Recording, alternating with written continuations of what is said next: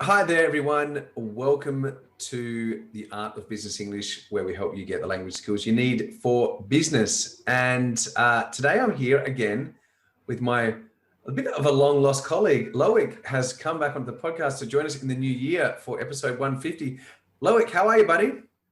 Wow, episode 150. Hey, it's been a long road. And it's been good to hang out with you on a few of those podcasts recently, just not in the very recent past. I'm good. Compliments of the season to you. Thank you. Yeah, I'm almost into my third year of this. Wow. It's been a long road, but it's good. It's fun, especially when I get to talk to people like you. So, where have you been, Lloic? You've been a busy man. I've been a busy man, and I've been still in South Africa, and we're having a pandemic, as a lot of your listeners are familiar with. Yeah. And so we're having a pandemic, and yet I've moved from Johannesburg temporarily. I'm on a bit of a break, and I'm actually in the beautiful city of Cape Town at the southern tip of Africa. Oh, Very lovely. nice. Lovely. Yeah, Cape Town, man. That's cool. It's cool. Okay. Very laid back. You guys in the summer, right? That's right. Yeah, we're freezing out. We're freezing here in Madrid. Just got dumped on by snow, so we're literally like, yes, it's freezing here. Anyway, it's good to have you back, and you're the one that's going to be firing off the topic today. What's the topic of discussion on today's podcast, buddy? So I was doing some thinking based on what I saw here whilst in Cape Town, whilst engaging with non-native speakers, and some ideas came to mind in terms of ways that you can prosper as a non-native English speaker because you can speak English. And what I mean is this. What I've been observing is that, especially during this pandemic with a lot more remote working, for example, you could literally, and this is not news, but it's an interesting observation, you could literally work from anywhere. And what that means is you no longer have to be an immigrant or an expat in an English country in order to actually benefit from what's coming out of that country. A lot of those countries and the companies operating in there will be looking for lower cost support, but at the same time, they need good quality. And so if you speak English, there are ways that you can prosper by speaking English anywhere in the world. And so the bottom line is like this: live anywhere, save your money in different places, earn your money, ideally in hard currency, invest it in different places, spend it in different places with a different quality of life. For example, I'm experiencing 28 degrees. You're not. So life is good down here. And it's not costing me as much as it is costing you. Things like that, So if you can speak English, you can provide a service and survive in different environments around the world, because not only in English-speaking countries, but let's say you were in a non-native environment, if you can speak English, it's the lingua franca. What we call the lingua franca. So you can get around very, very well if you speak the common language. And so it's all the more reason to do so. There's never been a better time. Completely agree, of course, because, that's what we do. We teach English, but it's really difficult in many cases to survive or be effective if you don't speak English anywhere nowadays. I mean, even the poorest tuk-tuk driver on the streets of Delhi needs to speak English to be able to, get his next fare from the tourists who are coming in. So yeah, the value is there. This all goes back to this fantastic book, which I'm sure you've read, The 4-Hour Workweek, no? Which is way ahead of its time. At the time, sure, yeah, way ahead of its time. So yeah, I mean, the pandemic has shown that, and I did a webinar on this during the quarantine in March about how you can live and work pretty much anywhere around the world just by learning English and a skill set. For example, I've got my graphic designer who does a lot of my graphic designer work. She spent with her boyfriend about a year and a half on a boat sailing around the African. So they were like sailing around the Moroccan coast.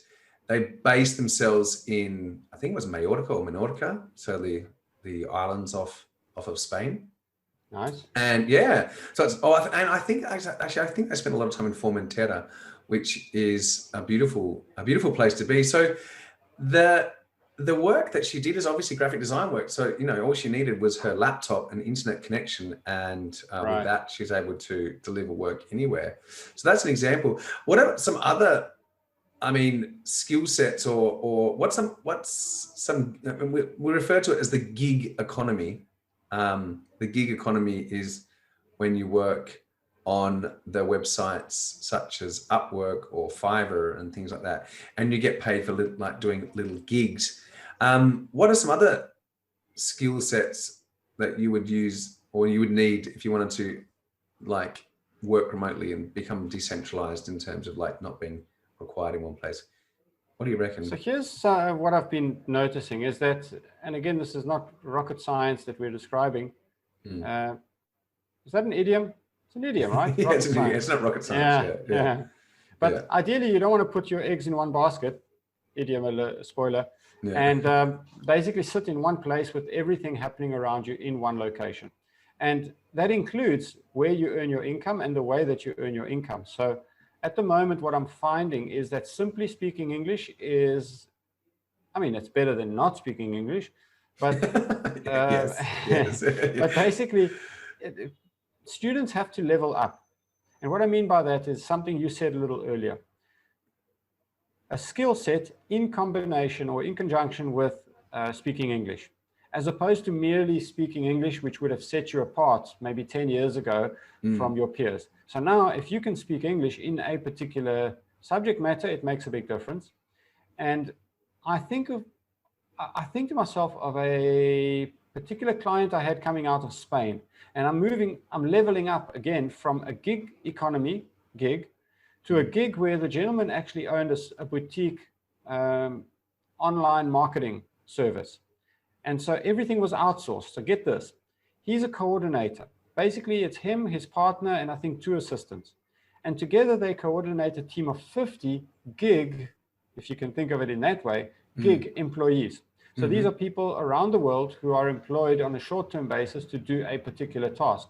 Some of it in English could include copywriting, it could include search engine optimization, or any number of things that require, including creating websites, which could require the English language. He couldn't speak English. Now, here's the problem. So he gets contacted by a client or a prospect in New York. Luckily, he had a partner from China. So this, to me, was the perfect case study. He had a partner from China who couldn't really speak English very well. He couldn't speak English very well. His client stroke partner in New York, of course, was a native English speaker looking for online marketing as well as finance coming out of China. China has a lot of money. But now you're coordinating the activities of people who are not merely gig economy workers, but actually business owners and investors.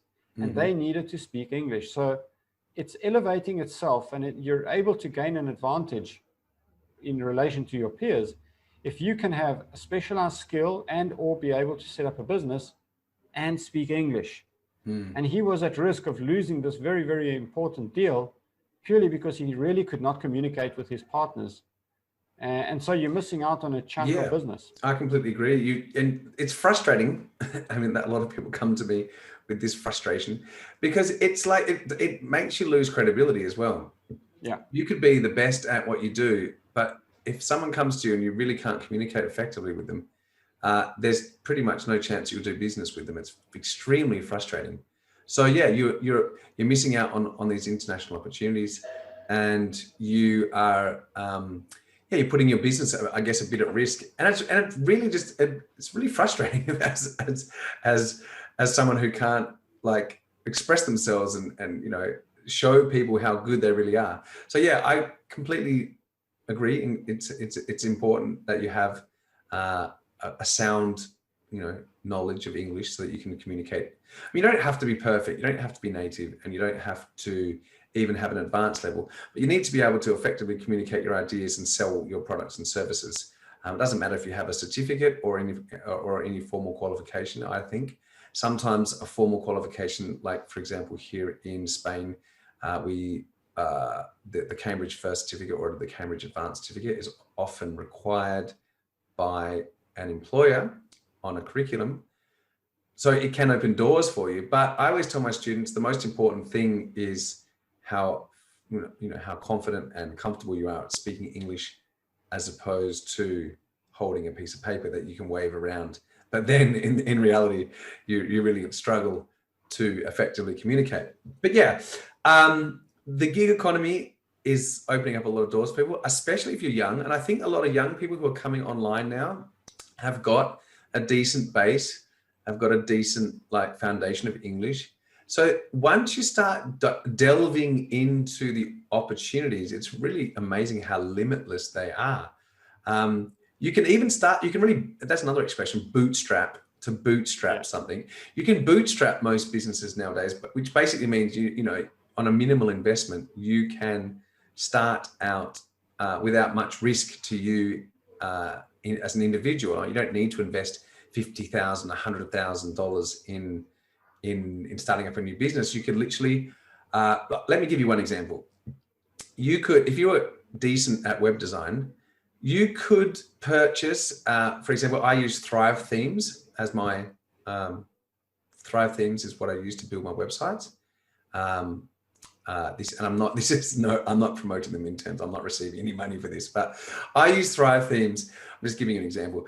I use Thrive Themes to develop my websites, which is very easy theme builder for using websites. You can purchase for, I think, like $250 a year, a Thrive Theme membership, which allows you to install Thrive themes on unlimited number of websites. So you could literally become a web designer and really get good at developing websites based on Thrive themes. And just for an investment of $250 a year, you could start selling and installing Thrive themes on your customers' websites. And there's a business model, which isn't that expensive in terms of the investment required. So that's one small example. And if you're a web designer, as you said before, you don't really need to be based in an expensive city to develop websites. You could be doing that from Cape Town on the point of Africa, no?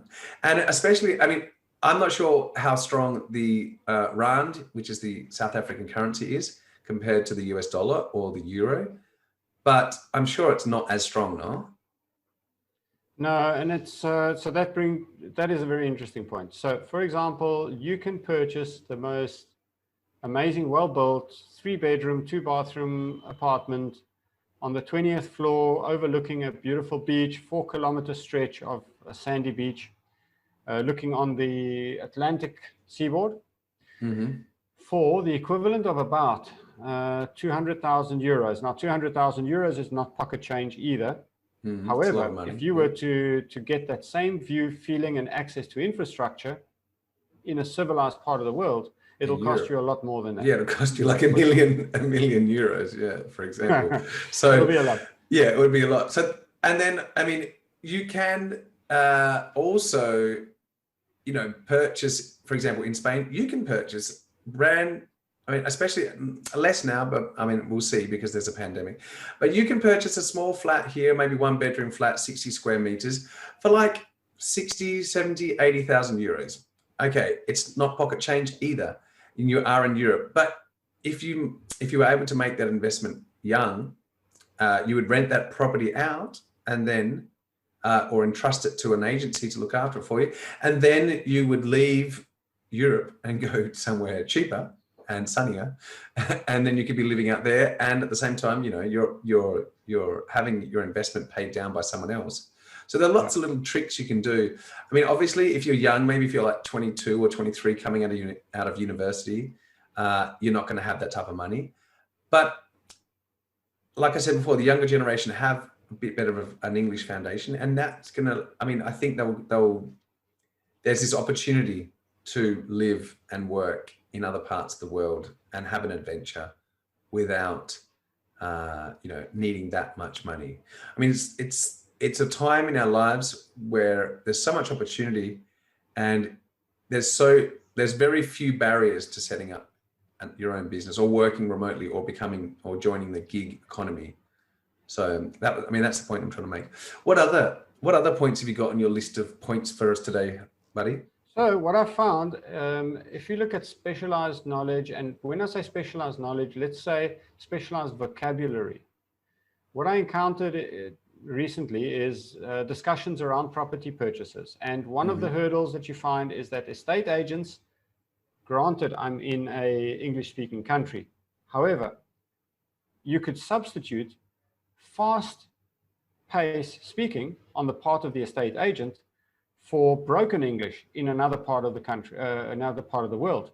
And so the net effect is that if you don't speak the local language, if you're trying to get by on English and all you know is general English, it's going to be difficult for you, either because the estate agent in a native country is speaking too fast, or in another country, it's broken English and you cannot quite make out what they're saying because they're not pronouncing it the way it ought to be pronounced.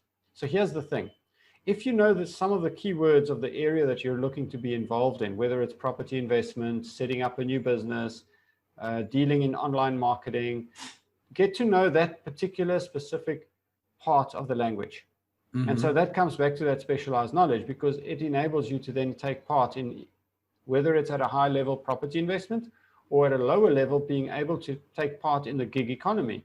I'm finding things, simple things like spelling errors, grammatical errors, they take away from your credibility, which means you're less likely to get work, which means you're less likely to be part of this new world. And the reality is that it's never been a better time, because now you've got the opportunity of working remotely with the full blessing of your employer, for example. Yeah, that's the best thing. It's like they want you to stay at home. Stay at home. They want you to stay at home. Yeah, don't come to the office. And I mean, if you had COVID, it would be, let's say you had COVID and you were living in, I don't know, in China, you might as well be anywhere else around the world for the next month and a half, which is the perfect Tim Ferriss experiment, where he was proposing 12 years ago that if you could work yourself into a certain structure, you could be based anywhere in the world, provide a remote service. Anyway, so the whole world's now gotten their heads around it, and you can do this if you speak the language and you're able to get by. So manage your knowledge is where I'm going with this. Manage your knowledge, make sure that you've got the best knowledge in a particular area. And knowing English, if you know the right keywords, enables you to get that knowledge, maybe even from an English source. Let's say English university, academy, a college, you know. The Art of Business English. The Art of Business English. But it's true, you know, it's true. I mean, you've got to have the basic foundation. And then if you can get to know some of the keywords, you can participate in those programs. Yeah, and the more you participate, the more you participate, the easier it gets and the more you learn. It's like it has this knock-on effect. If you're scared of participating because you think your English is poor, then you're like denying yourself opportunities to improve. Yeah. Correct. What about, we've talked a lot about the positives and stuff, and you know, if you've read Tim Ferriss's book, I'm sure you're like, yeah, this is so easy. I'm just going to start, you know, I'm going to create an online business and have passive income and live a happy life on the beaches in Thailand. But that's not, there are some risks associated with this. I mean, what are the downsides, or what are the difficulties in this type of deal? So from a practical point, what you'll find is that there's a lot of competition. So there are a lot of people that are starting to speak English now, coming out, especially the younger generation. And they may not have the specialized knowledge yet, but they've certainly got the ability to communicate in English. And sometimes that level of confidence makes up for the two. And basically what it means is that the competition is heating up online, and you'll struggle to stand out. Whereas in the past, just the fact that you were able to provide a service at a lower cost than your peers would give you an advantage. So some of the early adopters of the gig economy were based all over the world, a lot of them in India, for example. And if you're providing something that does not require the language, great. However, a lot of the money is now tied up in places around the world where you do need to speak the language. Yeah, can I some of the risks are that you... Yeah. Can I just jump in for a second? I just wanted to reflect on that for a second. Sorry to cut you off, but that's what you said about India. I have got a couple of employees in, gig economy workers in India, and I've got a couple in the Philippines. And I prefer I've sort of given less work to my Indian gig workers because Okay. in the Philippines they speak better English, and it just makes things much easier. Like they're a bit more switched on. They get things quicker. When they write to you, their English is much more fluent, and you can really get the ideas much easier. And it's like even like the level, it even comes down to the country's level of education. Um, if the country has a better in terms like general global as a and domestically the education system is better than another country, the people are actually a bit more switched on. Idiom alert. The people are a bit more switched on and a little bit more a bit brighter. I don't know. It just makes the whole workflow process much easier.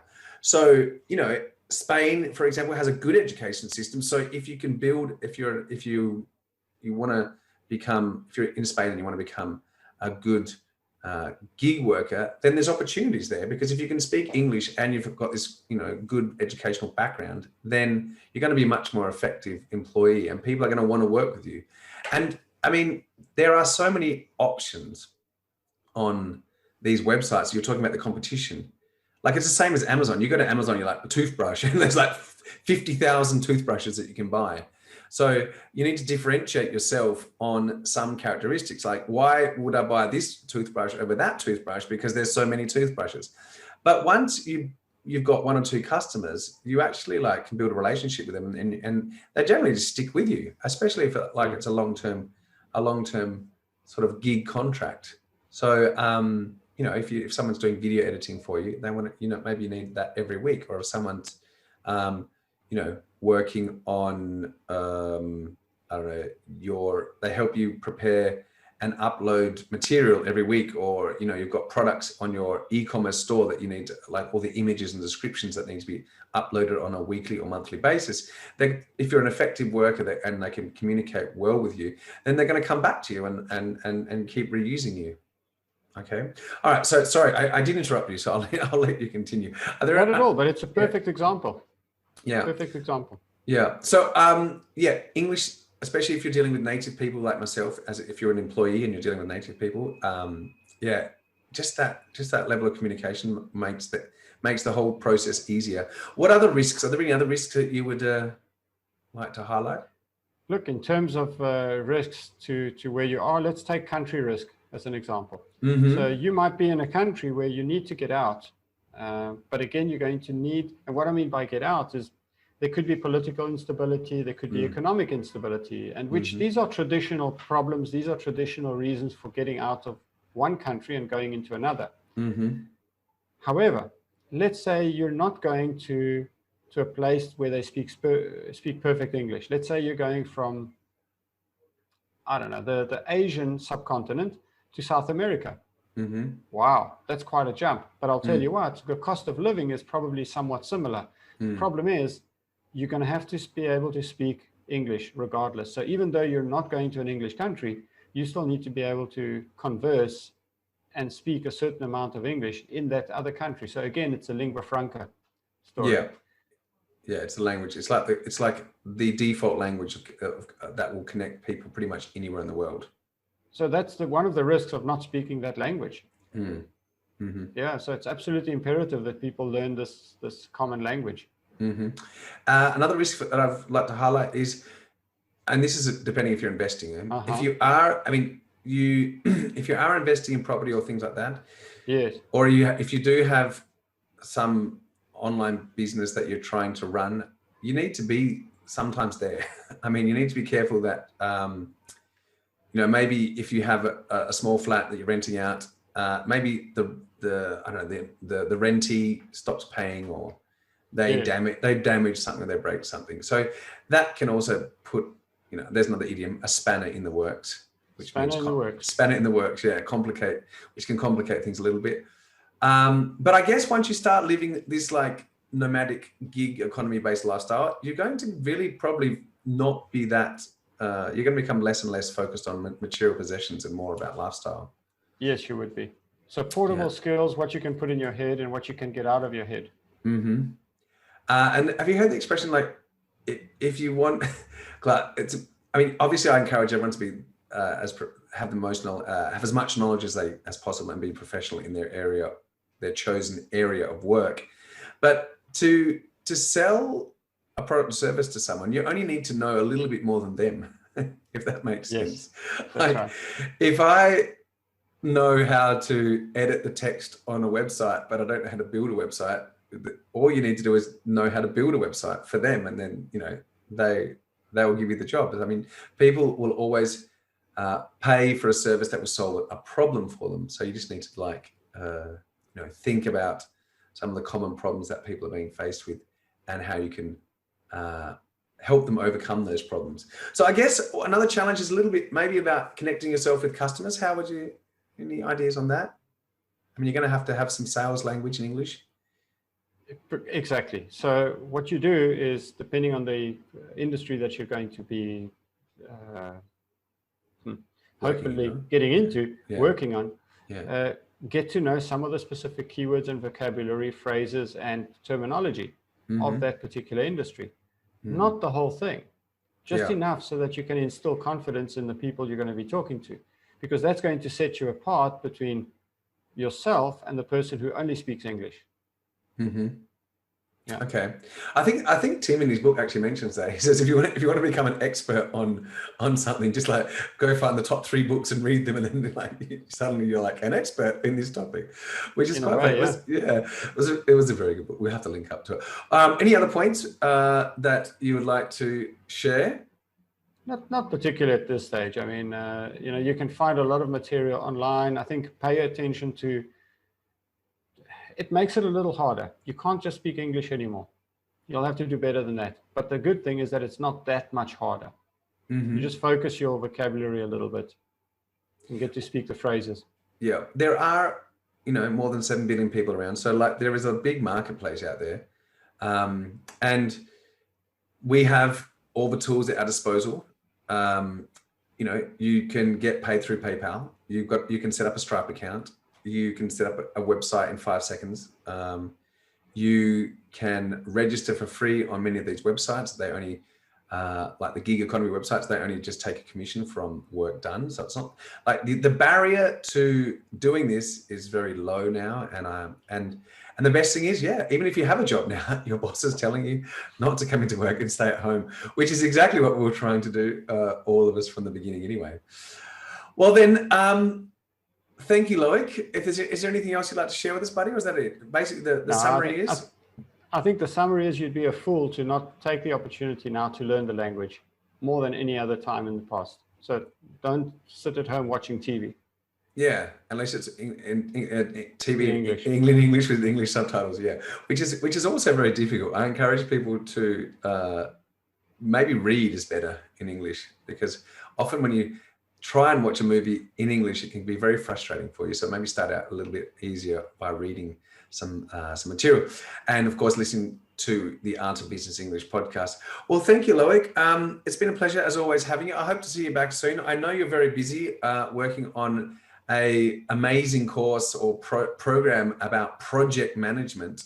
So if anyone is interested, or if anyone's working for a company that would like to improve their English in the project management sphere, Lloic is currently working on a very detailed program that helps companies implement not just like English, but like the language and the English behind project management, and of course some of the techniques of better project management. So it's not just learning specific vocabulary. It's quite a holistic approach to project management. I don't know if you wanted to add anything about this program that you're working on, Lloic. No, basically it's something that's going to teach you the essentials of that particular subject matter, enough that you can converse pretty meaningfully with anybody who's from a native environment in that sphere. Yeah, and most of us nowadays are working basically on a project-based environment. I mean, I did that at even in my little organization. I'm always giving my team projects to do and work on this and update that. Okay, great. Well, thanks, buddy. I hope to have you back again soon. It's a new year, and as always, it's been a pleasure having you here. And I hope everyone's got some ideas out of this this podcast, and I'm sure. I'm sure we have inspired you. I hope we've inspired you a little bit. Just remember despite the fact that we're all in lockdown and going through quite a dramatic global pandemic, these skills are universal. The language the English that you're learning now, it's a great opportunity and a great time to improve your English. Maybe some of you have got a lot more time on your hands than you did in the past. And the world has been pushed to even more globalized, remote, decentralized way of working. And I definitely am 100% certain that will not change. I even see that with a lot of my students. I'm sure when you offer them the opportunity, when we're able to do hybrid classes, we offer them the opportunity to come in person or to attend online. And a lot of them say they would like to attend in person, but then the reality is that most of them attend online. So I definitely think there's a shift in culture, and I'm dealing with a lot of people who are, in their early 20s, as well as business people. But I mean, I've got a bit of a broad spectrum on age groups, so I can see that how the younger generation are modifying their behavior, and I think that this type of decentralized remote working will become normalized and the norm in the future. Okay, buddy. Right. Well, thank you. As a pleasure as always. And that's it from us. We'll see you all next week on the Art of Business English. Take care. Bye for now. Thank you. Bye-bye.